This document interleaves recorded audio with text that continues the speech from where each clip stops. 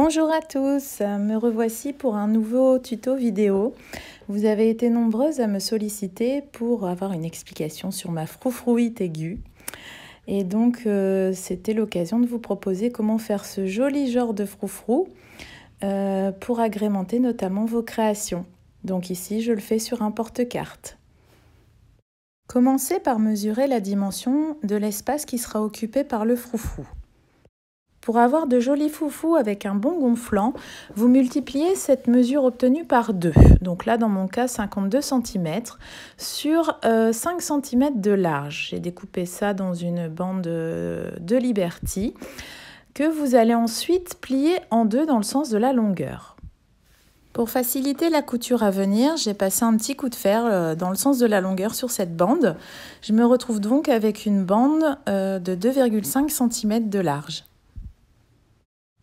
Donc pour la réalisation de ce tuto, j'ai utilisé la machine Brother Innovis F420 et l'idée ici est d'allonger au maximum le point de couture. Donc je vais le mettre directement à 5 mm. C'est parti pour la couture, la longueur du point est bien positionnée sur 5 mm. J'ai veillé en fait à changer la couleur de mon fil de canette et là je vais coudre dans le sens de la longueur à 5 mm du bord, du côté où le tissu était filoché.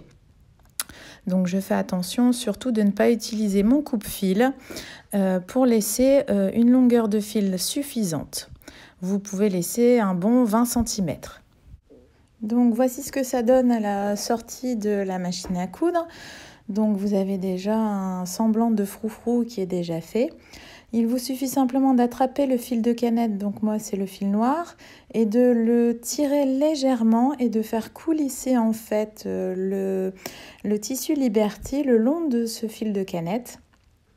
Vous allez voir, le froufrou va se former de lui-même petit à petit.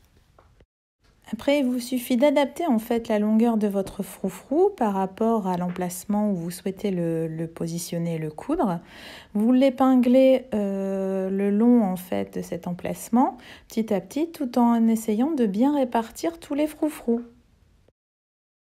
Voici ce que ça donne une fois que vous avez réparti les froufrous. Moi, j'ai laissé libre 1 cm de chaque côté puisque j'ai un passepoil qui va venir se coudre après.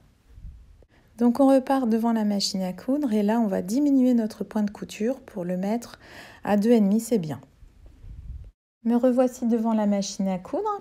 La longueur de mon point est bien réglée sur 2,5 et donc là je vais coudre mon froufrou sur ma suédine. Pour ce faire, je suis simplement ma précédente ligne de couture qui m'a permis de former le froufrou.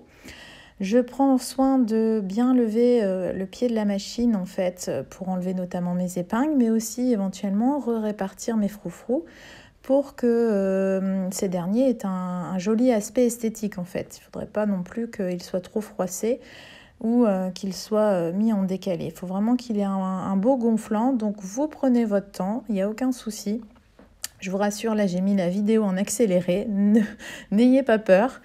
Vous prenez votre temps et puis n'hésitez pas à bien faire un marche avant, marche arrière en début et en fin de couture. Donc voici ce que ça donne après la couture. Mes froufrous sont bien répartis, bien gonflants. N'hésitez pas à couper tous les petits fils et aussi les petits fils de tissu qui traînent. Vous pouvez soit ajouter au-dessus une bande pailletée ou par exemple, comme ici, un morceau de biais que vous allez coudre pour cacher notamment tous les morceaux de tissu effiloché. Voilà, j'espère que ce petit tuto vous aura plu. N'hésitez pas à me laisser un petit commentaire, c'est toujours très sympathique, ou un petit pouce en l'air aussi. Et puis éventuellement à me poser d'autres questions si besoin.